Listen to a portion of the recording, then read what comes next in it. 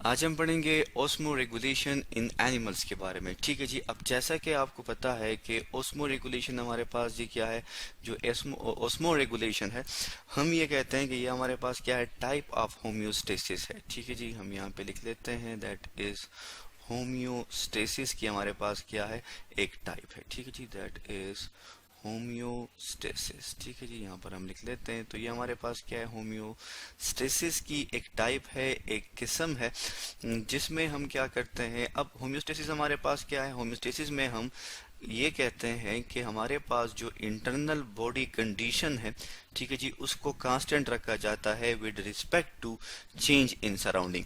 तो osmoregulation हमारे पास होम्योस्टेसिस की एक टाइप है, जिसमें हम क्या करते हैं, जिसमें जो हमारे पास वाटर, ठीक है जी, यहाँ पर हम मेंशन कर लेते हैं साथ साथ वाटर प्लस जो हमारे पास सॉल्ट है, उसकी कंसंट्रेशन को क्या रखा जाता है, कांस्टेंट रखा जाता है, मेंटेन रखा जाता है। ठीक है जी, हम यहाँ लिख लेते हैं कंसंट्रेशन। ठीक है जी, ये हमने यहाँ पर लिख लिया। अब इसकी कंसंट्रेशन को क्या रखा जाता है, मेंटेन रखा जाता है, बरकरार रखा जाता है। ठीक है जी, तो हम यहाँ पर लिख लेते हैं दैट इज मेंटेन। सो अब जब हम इसको मेंटेन रखते हैं, अब मेंटेन किस में रखें हम इसको जी, मेंटेन हम इसको रखते हैं सेल में। ठीक है जी, यहाँ पर हम लिख लेते हैं इसको मेंटेन रखा जाता है सेल में, प्लस जो हमारे पास इंटरसेलुलर स्पेसिस होते हैं, या सॉरी इंटरसेलुलर फ्लूइड में। ठीक है जी, किस चीज में, इंटर सेलुलर फ्लूइड में हम क्या रखते हैं, इन दोनों की कंसंट्रेशन को मेंटेन रखते हैं, कांस्टेंट रखते हैं, इक्विलिब्रियम में रखते हैं। और इस कंडीशन को हम क्या कहते हैं, इस कंडीशन को हम कहते हैं ओस्मो रेगुलेशन।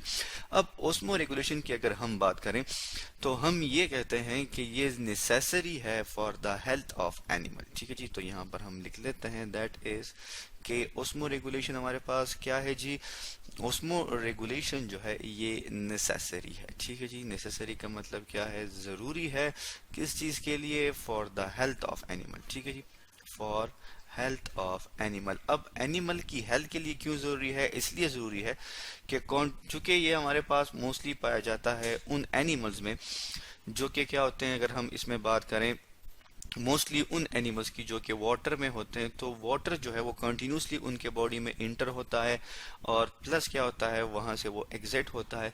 तो इसलिए ये क्या है, ये नेसेसरी है ओस्मो रेगुलेशन, किस चीज के लिए, for the health of animal, animal की हेल्थ के लिए ये क्या है, जरूरी है। ठीक है जी, तो यहाँ पर हमने ये लिख लिया।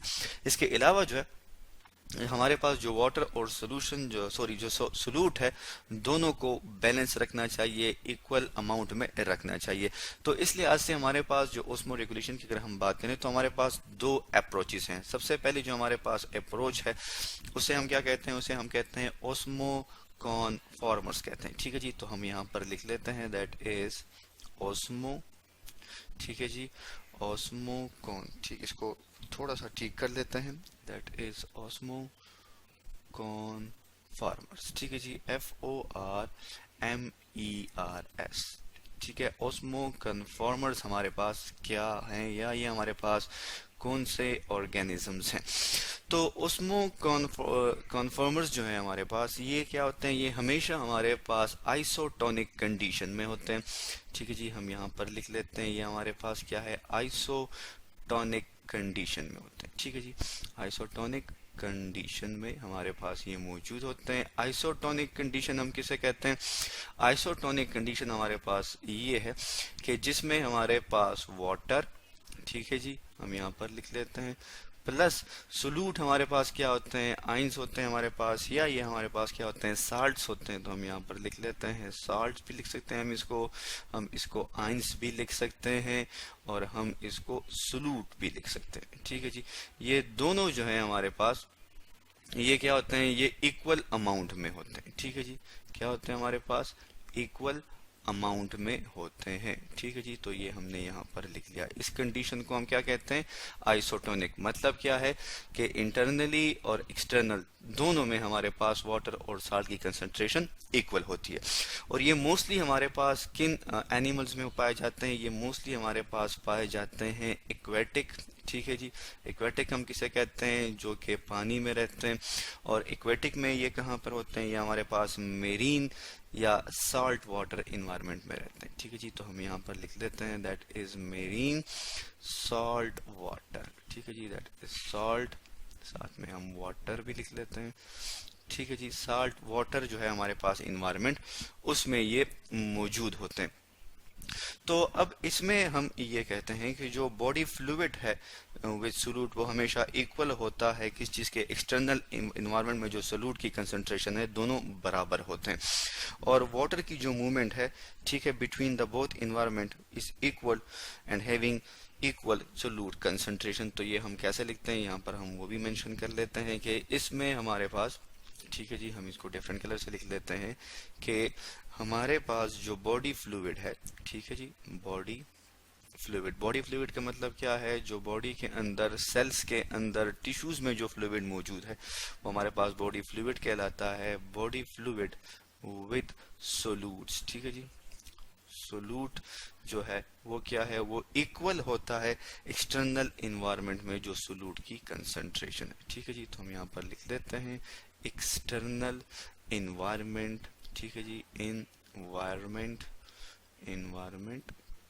एक्सटर्नल इन्वायरमेंट में जो हमारे पास सोल्यूट की कंसंट्रेशन है। ठीक है जी, तो इन दोनों में ये जो है हमारे पास ये क्या है, ये सोल्यूट की कंसंट्रेशन इसमें इक्वल होती है। ठीक है जी, और वाटर जो है वो इक्वली मूव करता है किस चीज में, हमारे पास इंटरनली एक्सटर्नली, और उसमें सोल्यूट की कंसंट्रेशन भी क्या होगी, सेम होगी। इसके बाद हम बात कर लेते हैं किस चीज की, हम बात करेंगे ओस्मो रेगुलेटर्स की। ठीक है जी, तो यहाँ पर हम लिख लेते हैं ओस्मो रेगुलेटर्स। ठीक है जी,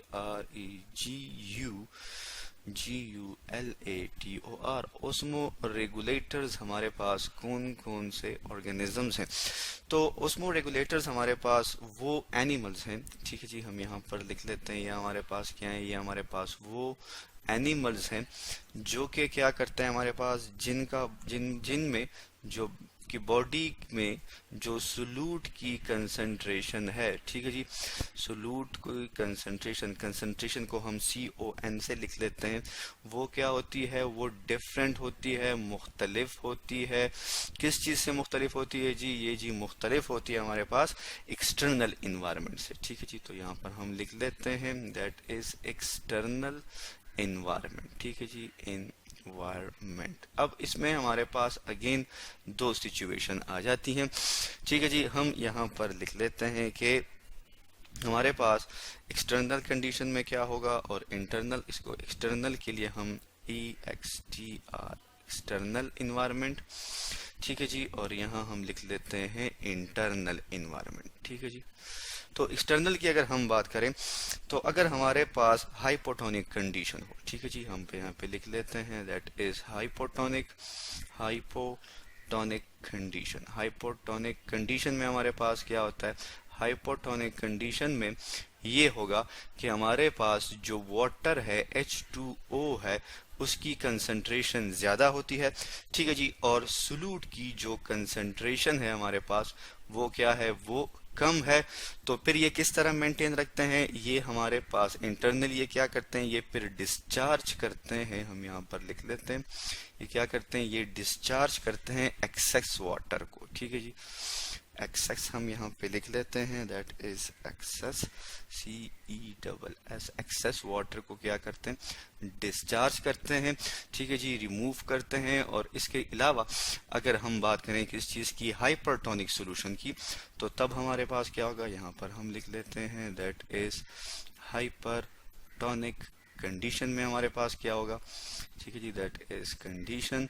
तो इसमें हमारे पास वाटर जो है वो क्या होता है, वो कम होता है, और सोल्यूट जो है वो क्या है, वो ज्यादा होगा। तो अब ये क्या करेंगे, तो ये एक्सक्रीट करेंगे, हमारे पास एक्सक्रीट हम लिख लेते हैं यहाँ पे, ये क्या करते हैं, एक्सक्रीट करते हैं एक्सेसिव साल्ट्स को। ठीक है जी, एक्सेसिव मींस ज्यादा तादाद में साल्ट को ये क्या करेंगे, रिमूव करेंगे। तो आज हमने पढ़ा किस चीज के बारे में, आज हमने पढ़ा that is known as osmoregulation in animals के बारे में।